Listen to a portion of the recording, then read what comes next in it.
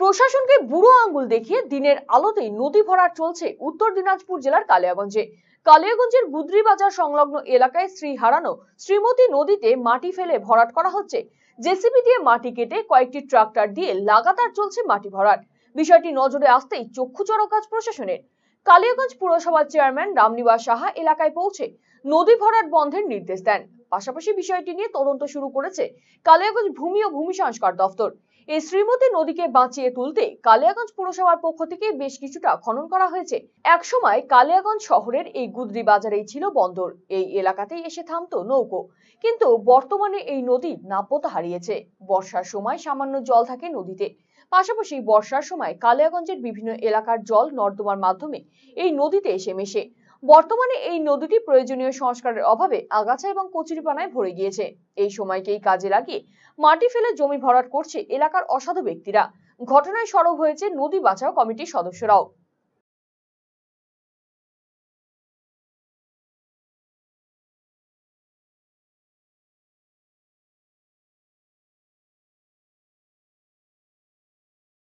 চার নম্বর ওয়ার্ডের কাউন্সিলর মনোজ কুমার সরকার, উনি একটা আমাকে অভিযোগ করেছিলেন এবং মার্কস পিটিশনও দিয়েছেন যে নদী মাটি ফেলে বন্ধ করে দেওয়া হচ্ছে, নদীকে বন্ধ করে দেওয়া হচ্ছে।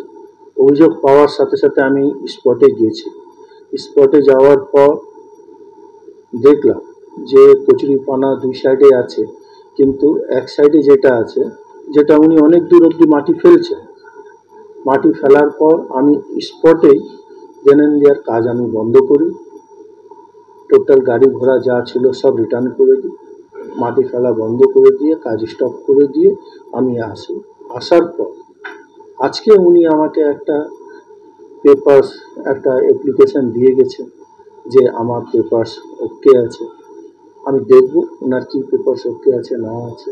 তারপরে মেন ব্যাপার হচ্ছে ওই ব্যাপারটা নিয়ে তো বিএলওরও ব্যাপার, বিএলও যা ডিসিশন নেবে। না সে ঠিক আছে, সেটা তো আমিও আপনাকে বললাম। না হলে জমির ক্যারেক্টার যাই থাকুক, প্রাকৃতিকভাবে নেচারকে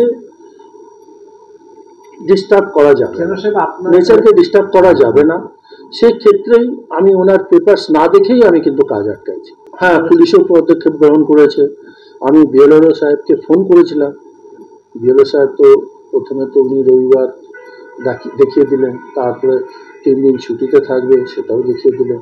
কিন্তু চারদিকে কমপ্লেন হওয়ার পর বিএলও সাহেব নিজেই কালকে ছুটে আসে। দেখার পর আমি যা শুনলাম বিএলও সাহেবের মুখে, বিএলও সাহেব বলছেন যে আপনি এখান থেকে ইমিডিয়েট মাটি তুলুন, না হলে আমি কিন্তু এফআইআর করব।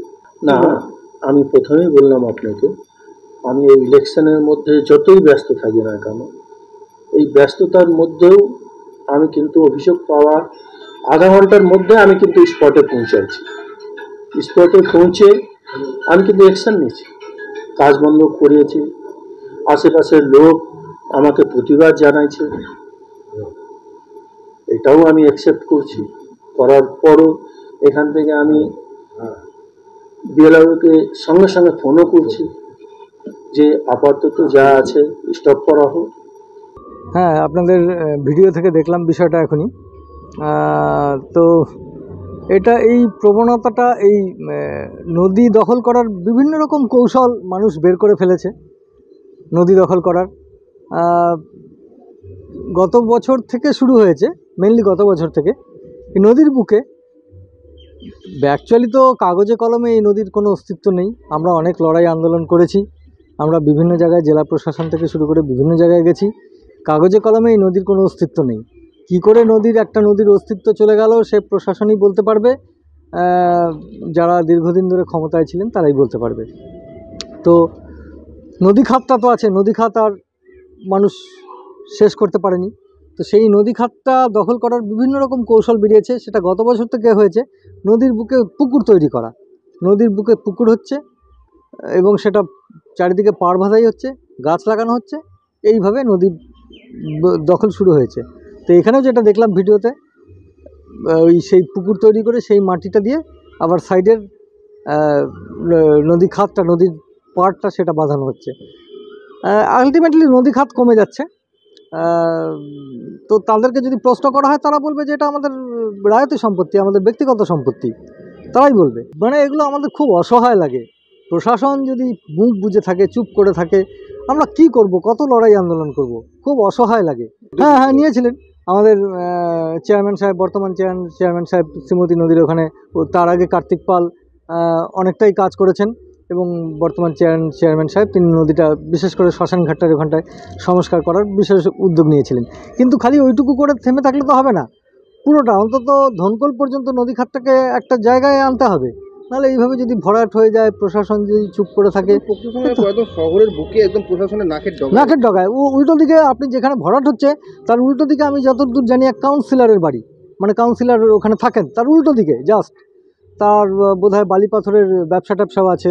হ্যাঁ, তো তার চোখের সামনে হচ্ছে। আমরা বিষয়টা বিডিও সাহেবকে জানানো হয়েছে, চেয়ারম্যান সাহেবও জানেন। তো বিষয়টা হচ্ছে এগুলো প্রশাসন তো সর্বশক্তিমান। প্রশাসন ইচ্ছা করলে সব কিছু পারে। প্রশাসন যদি নিশ্চুপ থাকে তাহলে আমাদের সাধারণ মানুষের কতদূর কী ক্ষমতা। আমরা তো প্রশাসনের কাছেই যাব, এই জিনিসগুলোকে আমরা প্রশাসনের কাছেই আনবো, প্রশাসনের নজরে আনবো।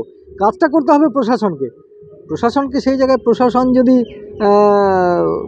কুম্ভকর্ণের নিদ্রামগ্ন থাকে, তাহলে তো এই অনৈতিক কাজ চলবেই, দিনের পর দিন হবে, এবং অদূর ভবিষ্যতে এই নদীর আর কোনো অস্তিত্বই থাকবে না।